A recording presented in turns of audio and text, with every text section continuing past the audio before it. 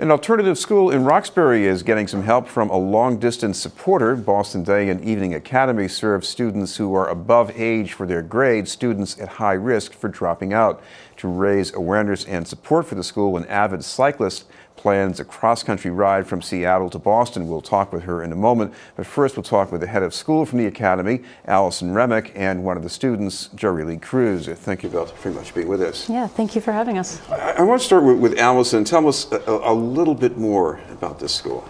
Sure. So Boston Day and Evening Academy is a Boston public school that has been given the autonomies to create a learning environment specifically for students who have the traditional schools have not served well.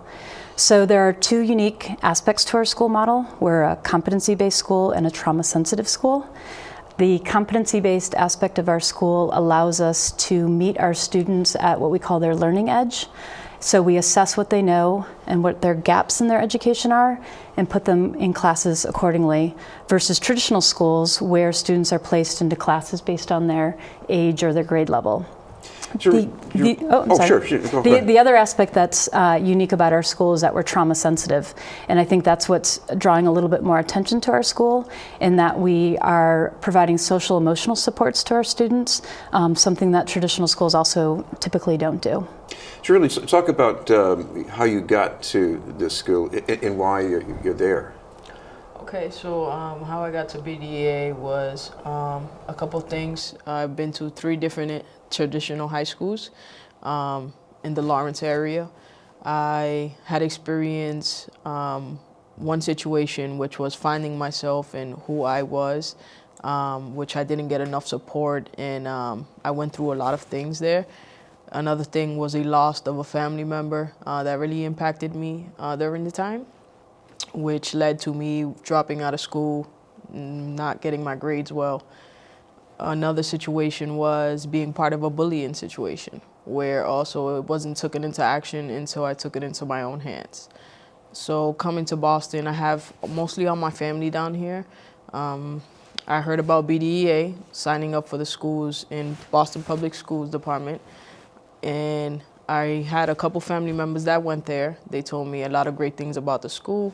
I had went for the interview, and ever since then I've had a great support system. My grades have changed incredibly, and I'm graduating this year.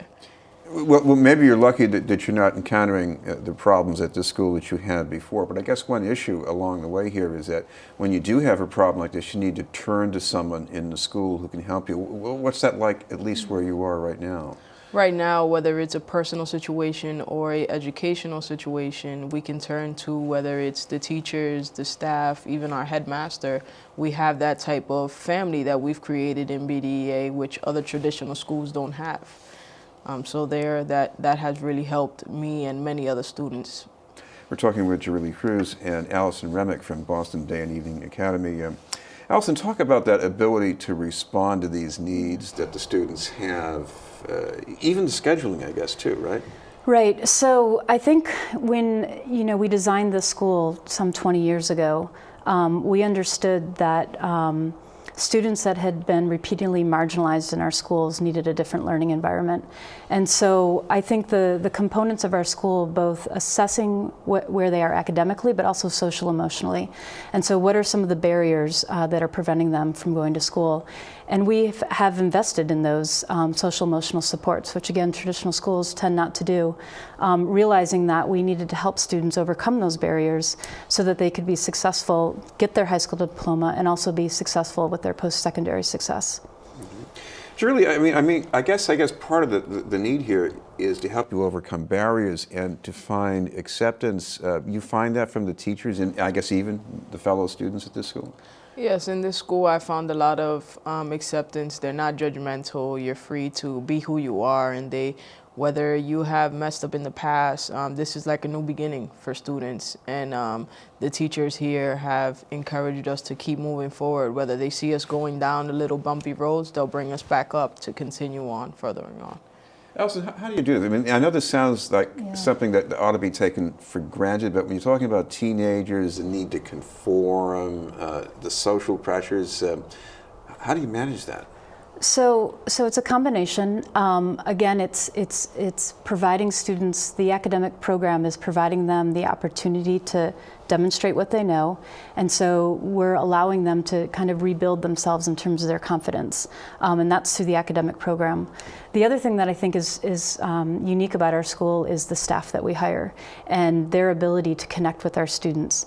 So students, again, who've been haven't had those successes in their traditional environment, they're not going to trust us.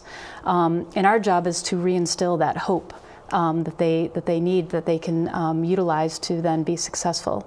So it comes with having great staff who are willing to connect, take the time to listen to our students. And again, as a head of school, we've invested in those resources in the school. So when we get our budget, we allocate a certain amount of funds for a staff that can provide the counseling and support. And we also ask for, we've developed partnerships with our community where we bring in counselors to provide that support for our students. So Jariley, what about your plans for the future? So I've been looking into criminal justice field. Here in BDEA, we have a BFIT program, which I am currently going to take this January for construction management as a Plan B.